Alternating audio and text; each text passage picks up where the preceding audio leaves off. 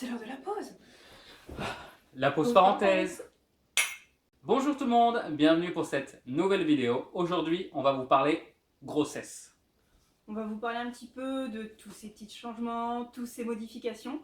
On va essayer de vous faire ça de manière la plus neutre possible, Tout à fait. sans jugement, que ce soit en positif ou en négatif. On va vous donner les informations, toujours dans la bienveillance.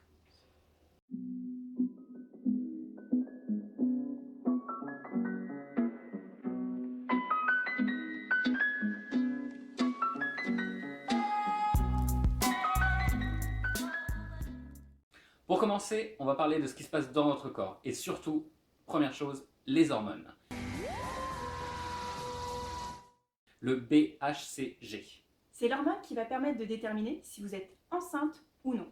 On calculera avec une prise de sang votre taux de bêta-HCG, c'est-à-dire donc le taux bêta d'hormone chorionique gonadotrope.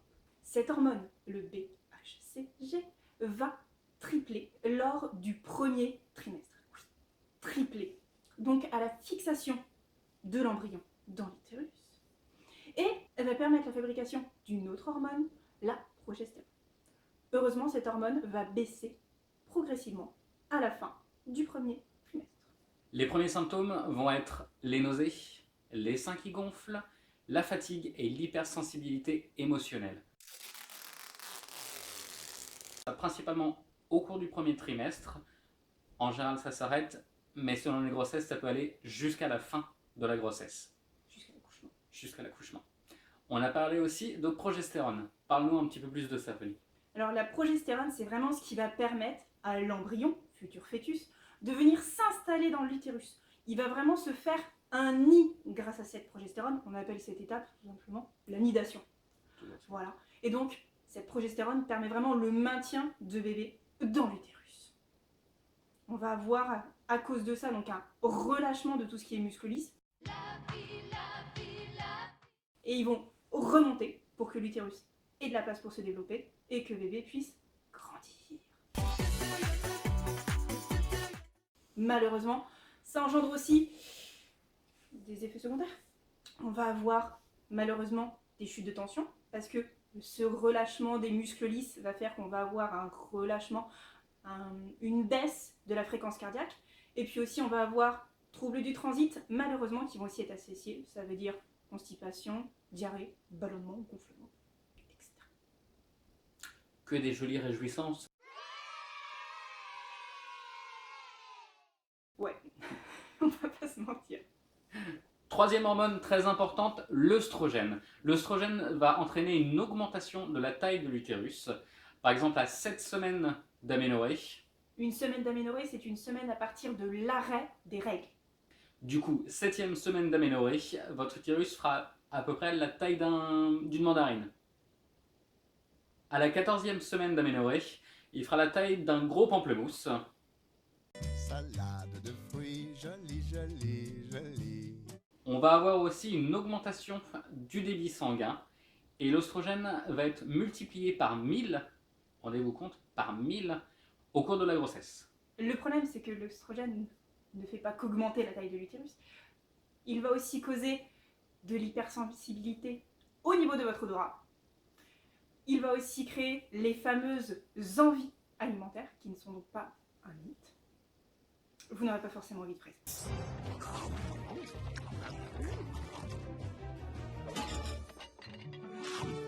Il peut créer aussi des sautes d'humeur, donc qui vont être de la passation de la joie à la tristesse, de la colère. Très belle imitation. Vous pouvez aussi ressentir certains symptômes que vous ressentez en temps normal durant vos menstruations. C'est-à-dire que par exemple si vous êtes plus facilement fatigué ou si vous avez par exemple des migraines ou des choses comme ça, c'est des choses qui peuvent revenir. Mais en contrepartie, le fameux mythe des beaux cheveux et de la belle peau n'est pas un mythe. Ah. Merci à l'œstrogène. Merci pour le temps. En moyenne, une grossesse va durer entre 280 et 290 jours, ce qui correspond à peu près 40 semaines d'aménorrhée. Au moment de l'accouchement, donc là on est bien à la fin de votre grossesse, il y a deux autres hormones qui vont entrer en jeu. On va d'abord avoir l'ocytocine. L'ocytocine, elle va vraiment être là pour créer les contractions, déclencher l'accouchement. Une demi-heure après, en moyenne, on va avoir les endorphines qui vont être là pour aider à gérer la douleur. Elles sont très bien lors d'un accouchement dit naturel, puisque c'est le corps qui, après avoir déclenché l'ocytocine, va déclencher une demi-heure après les endorphines. Est-ce qu'on a la même chose quand l'accouchement, du coup, n'est pas naturel mais provoqué? Alors non, parce qu'en fait, l'ocytocine provoquée, créée, générée par le corps, ne va pas l'être dans ce cas-là. On va vous injecter cette ocytocine. Donc le problème, c'est que le corps, n'ayant pas déclenché l'ocytocine, ne va pas non plus déclencher l'endorphine. D'où généralement le fait qu'on va aider à faire la péridurale, ce genre de choses, parce que votre corps ne vous aidera pas. Après vous avoir parlé des hormones, on va maintenant vous parler des différentes modifications corporelles que peuvent entraîner une grossesse. Quoi de neuf, docteur? On va donc vous parler un petit peu de la prise de poids pendant la grossesse. En moyenne, on va tourner entre 6 et 12 kg sur les 9 mois. Ça va dépendre aussi de votre morphologie. Les extrêmes vont aller de 3 à 30 kg. Au cours de la grossesse, le but n'est surtout pas de manger pour deux, comme on l'entend très souvent, Gros cliché. mais plutôt de manger mieux et de façon plus saine. Aussi, une autre modification corporelle qui va venir, ce sont les vergetures. Alors, les vergetures, c'est une déchirure au niveau du derme profond. Alors, les vergetures, tout le monde en a, que ce soit pendant la grossesse ou hors grossesse. Les vergetures, ça vient de plusieurs facteurs, notamment 2 facteurs, qui sont un changement de poids trop rapide. Je dis bien changement parce que ça peut être une prise de poids excessive comme une perte de poids excessive. C'est les deux. Et ça peut être aussi un facteur génétique. À partir du moment où il y avait un petit peu de prise de poids, tout de suite, ça se déchirait, vous n'y couperez pas. C'est mort. C'est mort. La génétique, on ne peut rien contre. Non. Donc, par contre, ce qu'on peut essayer de faire, c'est on va essayer de limiter les vergetures et de les prévenir. On va avoir 2 aides. On va voir un petit peu ce qui est l'entretien du corps, c'est-à-dire on va faire des massages, tout simplement. Vous prenez de l'huile, une crème, ce que vous voulez. Et c'est surtout l'action de masser qui va permettre l'entretien de la peau et de conserver l'élasticité. C'est ce qui va empêcher les déchirures. Et aussi, on va essayer d'avoir une prise de poids qui va être progressive. Et c'est ce qui va aider à la peau à s'adapter et donc à ne pas se déchirer. Vous allez aussi avoir un gonflement des seins et des pieds. Alors le gonflement des seins, on s'y attend un petit peu, c'est parce que les glandes mammaires vont grossir pour se préparer, même si on n'est pas dans l'idée ou dans l'optique d'allaiter plus tard. Les glandes mammaires vont grossir, c'est pour suivre la grossesse en général. Et les extrémités, surtout les pieds en fait, vont pareil gonfler parce que le sang va surtout se concentrer au niveau de l'utérus, au niveau de bébé. Une autre modification corporelle que vous pouvez avoir, ça va être cette apparition d'acné. Ce n'est pas un retour à l'adolescence, rassurez-vous. Normalement, ça ne va durer que le temps de la grossesse et 3 mois après l'accouchement, le temps que les hormones se calment et se remettent en place. Malheureusement, à ce qu'on peut penser, les règles peuvent continuer au cours de la grossesse. Pendant le premier trimestre, c'est entre 20 et 25% des femmes qui vont continuer à avoir leurs règles. Si après ce premier trimestre, vous continuez à avoir des petites pertes de sang, n'hésitez surtout pas à en parler à votre médecin. Là maintenant, on va traiter un petit peu plus de tout ce qui va être aspect, modifications psychologiques qui vont être liées à la grossesse. Quoi de neuf, docteur? Ça va être des montagnes russes qui vont être à la fois émotionnelles, psychologiques et qui peuvent aussi être créées de manière hormonale avec les fameuses hormones qu'on a vues dans la partie précédente. Le truc, c'est qu'il y a beaucoup de femmes qui vont se retrouver parfaitement en phase avec leur grossesse, qui vont se sentir bien, qui vont la vivre pleinement. Il y en a d'autres qui vont par contre se sentir isolées, déphasées et qui vont se dire « mais je ne sais pas ce qui se passe avec mon corps ». Toutes les femmes au cours de leur grossesse vont avoir des angoisses. Les plus courantes vont être sur le déroulement de la grossesse en lui-même, l'évolution de bébé, le changement que cela peut entraîner avec leur corps et leur vie future avec ce nouveau bébé. On va avoir des angoisses un petit peu plus simples qui vont être sur l'alimentaire, qu'est-ce qu'il peut manger, quand, à quel âge, à des angoisses qui vont être un peu plus effrayantes. Le mieux, c'est de vous concentrer sur les conseils les plus sensés, les plus logiques et surtout les plus bienveillants de votre entourage. On va essayer d'accepter ces angoisses. C'est normal. Toutes les femmes en ont, même quand on n'est pas enceinte. Tous les hommes aussi en ont. Et ils ne sont pas enceintes. Plus fort que ça, j'accepte. Encore, j'accepte. On va essayer d'accepter ces angoisses. Elles sont normales. On va essayer de se détendre, d'apprendre à s'écouter, à écouter son corps. On va essayer de se faire confiance. On va vraiment être dans la bienveillance. On va être dans le body positive.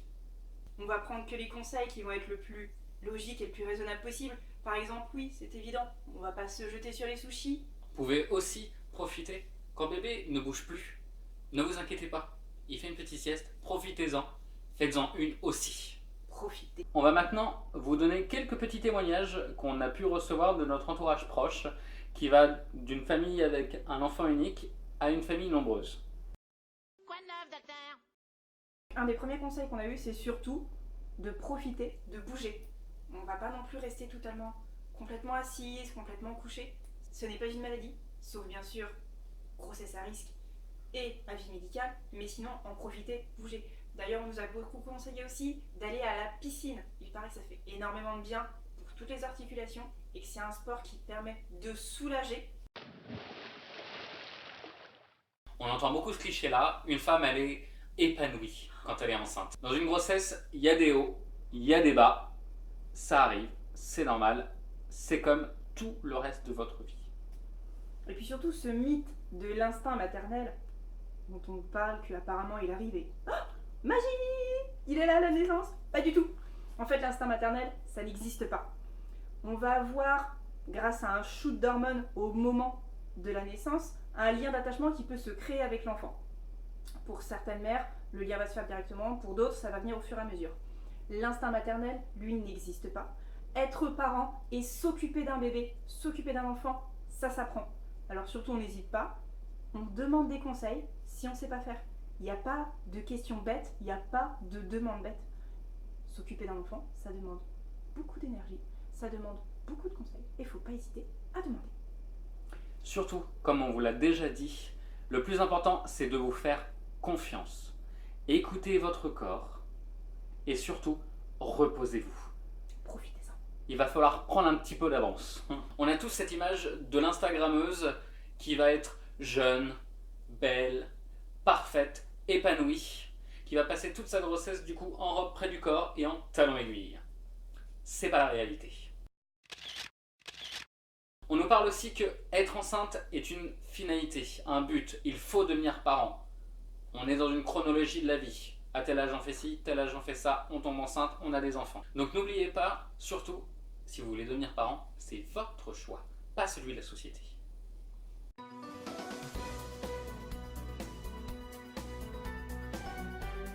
Le problème, c'est que toutes ces images vont forcément derrière véhiculer des attentes, des objectifs qui vont parfois être complètement inatteignables. Il faut aussi faire attention à l'ingérence des gens, l'entourage, des gens même que vous ne connaissez pas. On va avoir des gens qui vont devenir très envahissants avec des conseils, des avis, des anecdotes, des choses très souvent extrêmement contradictoires. Et puis, on va avoir ce fameux toucher du ventre, sans demander l'avis de la future maman. Pas forcément en plus de gens que vous connaissez. Parfois, des gens totalement inconnus vont venir poser la main sur votre ventre en faisant « Ah, vous êtes enceinte !» Mais me touchez pas, demandez-moi mon avis d'abord, Surtout si vous n'êtes pas enceinte. surtout si vous n'êtes pas enceinte. Alors, qu'est-ce qu'on peut faire face à ça? Un seul conseil, important, être patient. Être très patient. Quoi de neuf, docteur? Un petit peu pour conclure cette vidéo, on peut dire que la grossesse au final c'est une phase de transition. Autant pour bébé qui va tout simplement commencer à exister et se développer dans le corps de sa mère, mais autant pour les parents qui vont commencer à découvrir, qui vont commencer à se préparer à la future parentalité. Ce qui va être important au sein de notre grossesse, c'est de déculpabiliser. En effet, il y a autant de grossesses qu'il y a de femmes différentes à travers le monde. Pour vous rassurer un petit peu, seulement 10% des grossesses sont à risque. Donc on a 90% des grossesses qui se passent tout à fait normalement, qui sont sans souci. La manière dont se déroulera la grossesse dépendra de milliers de facteurs, dont bon nombre d'entre eux n'auraient pas du tout la main dessus. Vous ne pourrez pas les maîtriser. Nos contrôles. Alors surtout, ce qui va être très important, c'est de ne pas se montrer trop exigeant, que ce soit envers soi-même ou même envers l'entourage proche. des gens qui vont être là pour vous aider, pour vous soutenir durant la grossesse. Ne vous montrez pas trop exigeant envers eux. Surtout, n'hésitez pas à communiquer. C'est vraiment très important la communication. Et puis, surtout, on va essayer de faire de son mieux. Et le mieux qu'on fera, ce sera très bien. Rappelez-vous que la grossesse parfaite n'existe pas. On oublie l'image Instagram. C'est pas la réalité. Et surtout qu'une grossesse, elle est pleine d'imprévus. Soyez des parents. C'est déjà très bien. Merci à tous d'avoir suivi cette vidéo. On aimerait juste rappeler que cette vidéo n'engage que nous. Elle est la suite de réflexions, de beaucoup de recherches. D'ailleurs, est-ce que tu peux nous citer quelques-uns des endroits où on a fait nos recherches ? Alors, on a bien sûr fait une recherche comme tout le monde sur Wikipédia. Quant à nous. On est allé aussi sur énormément de sites qui parlent de la parentalité, qui sont accessibles sur Google. Tapez grossesse, vous allez découvrir plein de choses. On est aussi allé lire énormément de bouquins médicaux, notamment sur l'obstétrique et autres, pour avoir des informations un peu plus scientifiques. Il y a aussi notamment le site de l'Université francophone de médecine qui est accessible sur internet, qui donne énormément d'informations sur comment se déroule une grossesse. Et puis bien sûr, vous pouvez aller voir un compte Instagram, qui est le compte Bordel de Mère, qui traite vraiment de toutes les formes de maternité, qui va de la grossesse à l'accouchement, enfin, ou même au non-désir d'enfant. Il y a vraiment tout. Et sinon aussi, un livre qu'on a bien aimé, qui traite sur les différences un petit peu entre la grossesse et l'éducation en France et aux États-Unis. Bébé Made in France. On n'hésite pas, les petits commentaires en dessous, le pouce bleu qui fait toujours plaisir, et surtout, abonnez-vous. À bientôt, bye bye.